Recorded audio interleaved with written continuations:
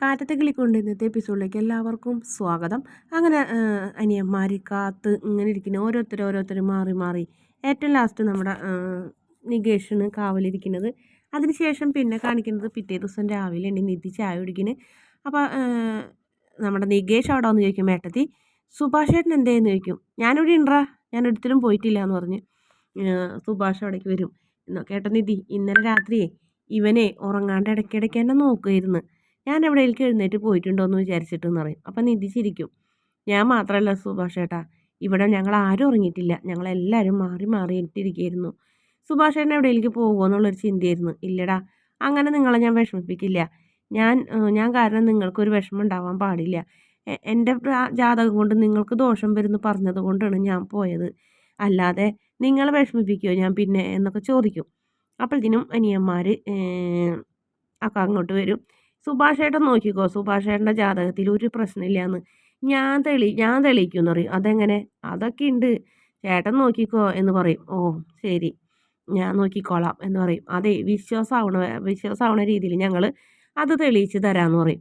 അങ്ങനെ കുറച്ച് കഴിഞ്ഞപ്പോൾ അങ്ങനെ നമുക്ക് രണ്ടാൾക്കും പോകാമെന്ന് പറയും.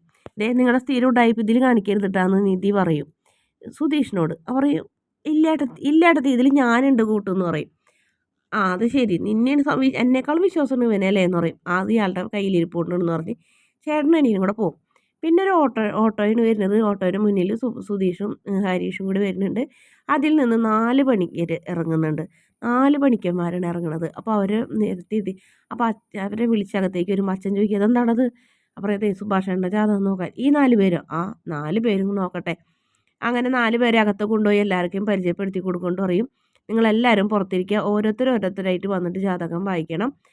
അപ്പോൾ അതെന്തുകൊണ്ട് ഇങ്ങനെ ചെയ്യുന്നതെന്ന് നിധി ചോദിക്കും. അപ്പോൾ ജ്യോത്സ്യന്മാരെല്ലാവരും പുറത്തേക്ക് പോകും. എന്നിട്ട് നികേഷ് വെള്ളമൊക്കെ കലക്കിയതൊക്കെ കൊടുക്കും അവർക്ക്.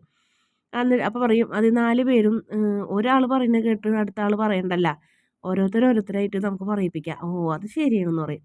അങ്ങനെ ഒരു ജ്യോത്സ്യം വരും. അപ്പോൾ ജ്യോത്സ്യം വരുമ്പോൾ പറയും, ഒരു ദോഷവും ഇല്ല ഇതിൽ, മാത്രമല്ല വിവാഹം കഴിഞ്ഞൊരു പെൺകുഞ്ഞിന് ജന്മം കൊടുത്തിട്ടുണ്ടാവേണ്ട ചാൻസ് ഉണ്ടെന്ന് പറഞ്ഞപ്പോൾ സുധീഷും അവരൊക്കെ കളിയാക്കും. ഉണ്ടോ എന്ന് ചോദിക്കും. രഹസ്യമായിട്ട് ഈ കക്ഷിക്ക് ഭാര്യ മോളോ ഉണ്ടോ എന്നൊന്ന് ചോദിക്കുമെന്ന് പറയും.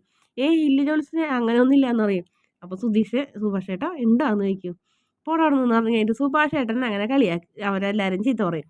അപ്പോൾ പറയും, ഇല്ല, അങ്ങനെയൊന്നും ഇല്ല എന്ന് പറഞ്ഞപ്പോൾ തറവാട്ട് അമ്പലത്തിൽ എന്തായാലും കുറച്ച് പൂജകളൊക്കെ ചെയ്യണം, ഈ ജാതകപ്രകാരം ഒരു ദോഷവും ഇല്ല, മാത്രമല്ല കോടീശ്വരനാവാനുള്ളൊരു ഭാഗ്യവും കാണുന്നുണ്ടെന്ന് പറയും. അങ്ങനെ അടുത്ത ആൾ വന്നിട്ടും ഇതേപോലെ തന്നെയാണ്, ചെറിയ വ്യത്യാസങ്ങളൊക്കെ പറയുള്ളൂ, ജാതകത്തിൽ ഒരിക്കലും ഒരു ദോഷമില്ല, നല്ല ജാതകം തന്നെയാണ്, തറവാട്ട് അമ്പലത്തിൽ പൂജ ചെയ്യണമെന്ന് പറഞ്ഞു. അത് കഴിഞ്ഞിട്ട് മൂന്നാമത്തെ ആളും വന്നു. മൂന്നാമത്തെ ആളും അത് തന്നെ പറഞ്ഞത്. അങ്ങനെ 4-മത്തെ ആൾ വന്നപ്പോഴും ചെറിയൊരു ദോഷമുള്ളത് സർപ്പദോഷമാണ്, അത് അമ്പലത്തിൽ പോയി വഴിപാട് കഴിക്കണം എന്ന് പറയും. അപ്പോൾ ഭാസ്കരൻ ചോദിക്കും, തറവാട്ടമ്പലത്തിലാണോ എന്ന് ചോദിക്കും. അതെ, അങ്ങനെ ആയാൽ അത്രയും നല്ലതെന്ന് പറയും. എന്നിട്ട് പറയും, വിവാഹമെന്ന് ചോദിക്കും. വിവാഹം ഉടനെ ഉണ്ടാവും, നിങ്ങൾ നോക്കിക്കോ, വടക്ക് ഭാഗത്തു നിന്നുള്ള ഒരു പെണ്ണായിരിക്കും വധു എന്ന് പറയും. അപ്പോൾ സുഭാഷ് ഇങ്ങനെ വടക്കോ ഇങ്ങനെ ആലോചിക്കുന്നുണ്ട്. അങ്ങനെ 4 പേരും പോകും. 4 പേർക്ക് ദക്ഷിണ കൊടുത്ത് പറഞ്ഞയക്കും. അതിനുശേഷം ഇപ്പം മനസ്സിലായില്ലേ, ജാതകത്തിലൊരു പ്രശ്നമില്ല എന്ന് പറയും. അപ്പോൾ സുഭാഷ് ഏട്ടൻ പറയും, അതെ, എനിക്കിപ്പോൾ ഒരു സന്തോഷമായി, അതായത് എൻ്റെ വിവാഹത്തിനെ കുറിച്ചൊന്നല്ല, എൻ്റെ ജാതകം കൊണ്ട് നിങ്ങൾക്ക് ആർക്കും ദോഷമില്ല എന്ന് പറഞ്ഞത് കൊണ്ട് എനിക്കിപ്പോൾ ഒരു സന്തോഷം ഉണ്ടെന്ന് പറയും. അതിനുശേഷം പിന്നെ കാണിക്കുന്നത് സുഭാഷ് ഏട്ടന് വീട്ടിലേക്ക് വേണ്ട പച്ചക്കറിയും സാധനങ്ങളൊക്കെ മേടിച്ചിട്ട് വരികയാണ് അനിയന്മാർ 2 പേരും. ഇതെന്താന്ന് ചോദിക്കും.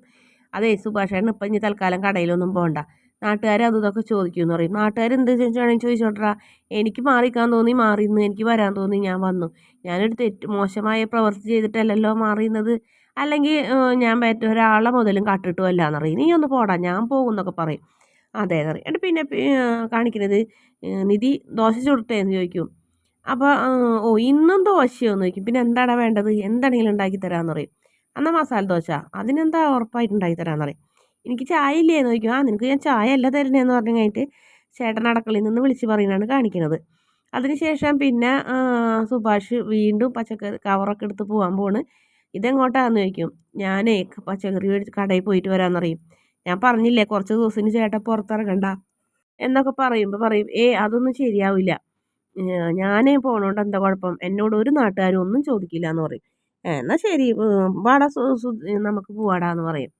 ആ ആ അത് ശരിയാണല്ലോ, പോകാമെന്ന് പറയും. അതെ, അതിന് മുന്നേ ഒരു കാര്യം ഉണ്ടെന്ന് പറയും. നിധി ചോദിക്കും, നമുക്ക് തറവാട്ടമ്പലത്തിൽ പോകണ്ടേ, എവിടെയാണ് നിങ്ങളുടെ തറവാട്ടമ്പലം? ആ എവിടെയാണാവോ എന്ന് പറയും. സുഭാഷ് ചേട്ടന് തറവാട്ടമ്പലം അറിയില്ലേ? ഇല്ല. നിങ്ങൾ എവിടെ ജനിച്ചത്? ഈ വീട്ടിൽ. എന്നിട്ടും അറിയില്ലേ എന്ന് ചോദിക്കും. ഇല്ലെന്നേ എന്ന് പറയും. അപ്പോൾ അച്ഛൻ വരും. അച്ഛാ, തറവാട്ടമ്പലം എവിടെയാന്ന് ചോദിക്കും. തറവാട്ടമ്പലം എവിടെയെന്ന് എനിക്കറിയില്ല. അപ്പോൾ അച്ഛൻ ജനിച്ചത് എവിടെയാണ്? ഞാൻ ഇവിടെയാണ് ജനിച്ചത്. ഇതെന്തൊരു കഷ്ടം, നിങ്ങൾക്ക് തറവാട്ടമ്പലം ഇല്ലേ? നിങ്ങളുടെ പൂർവികരൊക്കെ എവിടെയാണ് ജനിച്ചതെന്ന് വെച്ചാൽ അവിടെ ഉണ്ടാവും തറവാട്ടമ്പലം. നമ്മുടെ പൂർവികരൊക്കെ എൻ്റെ അറിവിൽ സൗത്ത് ആഫ്രിക്കയിലാണ് ഉള്ളത്. അതായത് കുരങ്ങന്മാരാണല്ലോ.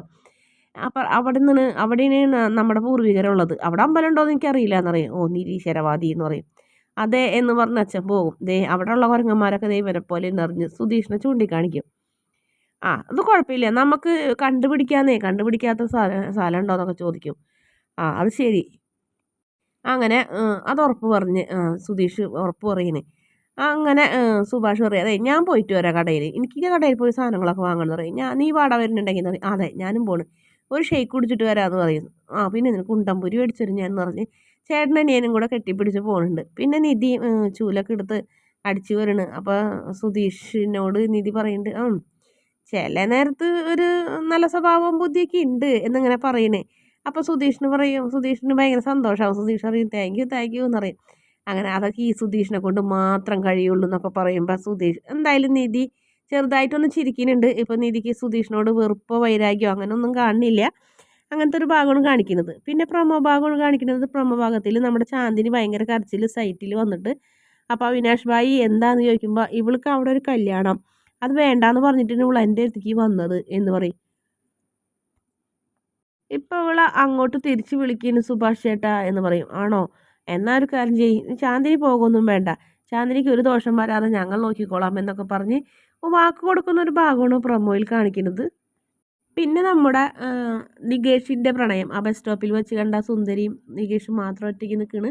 അപ്പോൾ ചോദിക്കുന്നുണ്ട് നികേഷ്, ശരിക്കും കുട്ടി എന്നെ കണ്ടിട്ടാണ് എന്നോടാണോ ചിരിച്ചതെന്ന് വെച്ചപ്പോൾ അതെ നിങ്ങളെ തന്നെ കണ്ടിട്ട് ചിരിച്ചാന്ന് പറഞ്ഞപ്പോൾ നികേഷ് ഭയങ്കര പ്രണയത്തോടെ മുകളിലേക്കൊക്കെ നോക്കി നിൽക്കുമ്പോൾ റോസാപ്പൂവൊക്കെ ഇങ്ങനെ മുഖത്തേക്ക് വീഴുന്ന ഒരു സീനറിയും കൂടിയാണ് കാണിക്കുന്നത്. വീഡിയോ ഇഷ്ടപ്പെട്ട ചാനൽ ഒന്ന് സബ്സ്ക്രൈബ് ചെയ്ത് സപ്പോർട്ട് ചെയ്യണേ.